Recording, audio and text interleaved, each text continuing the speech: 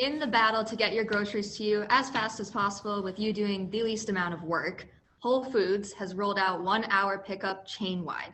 Specifically, Prime members can now pick up their groceries within 1 hour after ordering them for orders over $35. So this I'm excited about because I almost always use Whole Foods, Amazon, because Target never, like their fridges are always full when I want to do kind of order pickups. But I always pick the 1 hour delivery window. But I'm that person that needs their groceries for dinner at like 4 p.m. And Amazon Whole Foods gives you a pickup window of like 10 to 11 p.m. That's not fast enough, but I could go pick it up within 1 hour. So I think this is really cool and definitely a game changer for this whole entire like grocery pickup.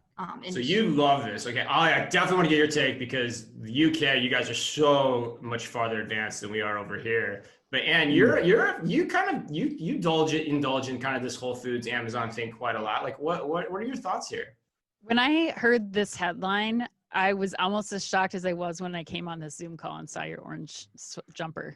Wow. I was That's saying a lot. I was so surprised. And I think the thing for me that I think this is going to change more than anything is what the actual infrastructure and footprint of our grocery stores looks like. Because to fulfill orders in 1 hour or less, this is going to start to as we know, Amazon always is.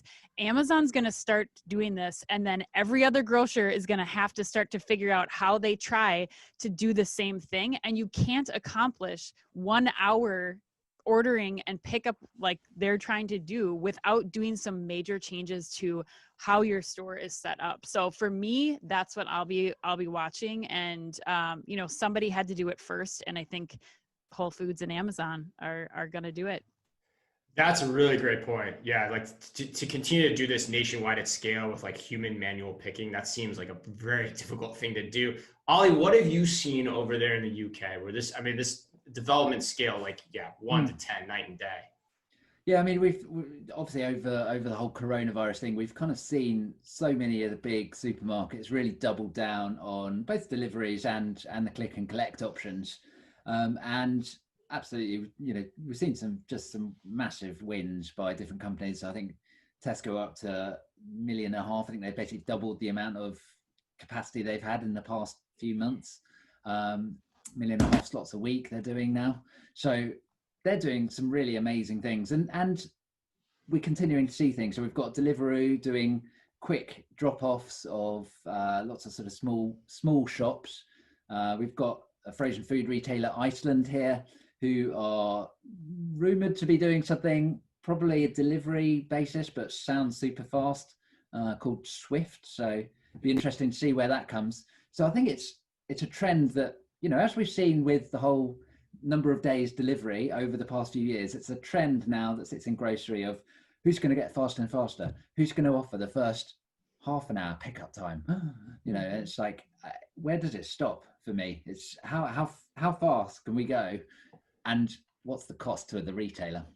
Yeah, that's the question that I wanted to ask you guys. Like Emma's answer kind of, quite frankly, surprised me a little bit in terms of like, that's her behavior. Like, and I actually just wrote about this too. Like Takeoff, our sponsor did a really cool research study where they did a conjoint analysis of the different utilities people get for the different like lengths of time for delivery and pickup. And I'm curious, we should just do an informal poll here, but like, where does it matter? Because for me, when you start talking about an hour, to me, that's all about maybe I'm wrong about this too. Maybe it is more about pickup than it is about delivery when you start talking an hour, because, maybe that I just do need it quickly. And so I want to just drive right there and I need to get it now.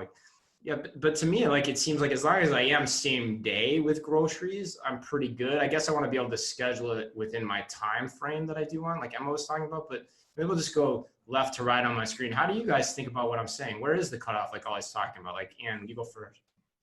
I think that right now is a hard time to make this call because people's patterns and behaviors are not the same. So it's doesn't matter when your delivery window is when you're home all day. But if you think about a normal setting where I'm about to leave work, like Emma said, I know, or school, I know I need these few things for pickup.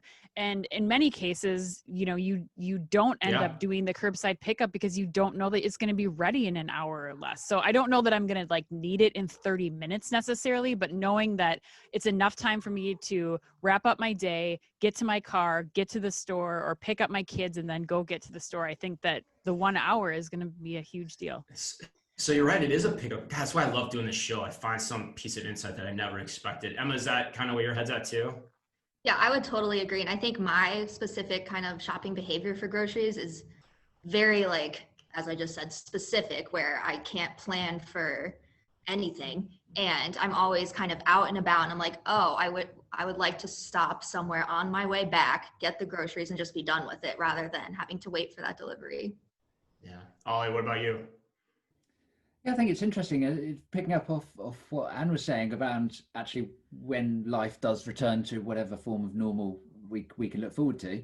Actually, are there going to be pinch points towards the end of the day where actually everyone's looking to pick dinner up at that same slot, all at the same time, and actually suddenly, oh, by the way, also lots of customers are in the shop at that time anyways. Oh my goodness, how am I going to actually fulfill all these orders? And could it be customer frustration and disappointment just waiting in the wings to happen? That's why I think the infrastructure thing is such a big deal. Yeah. You know, they're going to have to figure that out. Yeah, you're going to have to fundamentally change this. And my God, the other thing I'm starting to think about too is like the impulse purchase. My God, if you're in the impulse purchase business and that's this type of thing that starts to take off, like, whoa, like not as many candy bars in that bag as you're coming home from work, you know, like versus like we saw in the past probably. So, or opportunity. What? Yeah, with every problem, there's an opportunity, right? Yeah.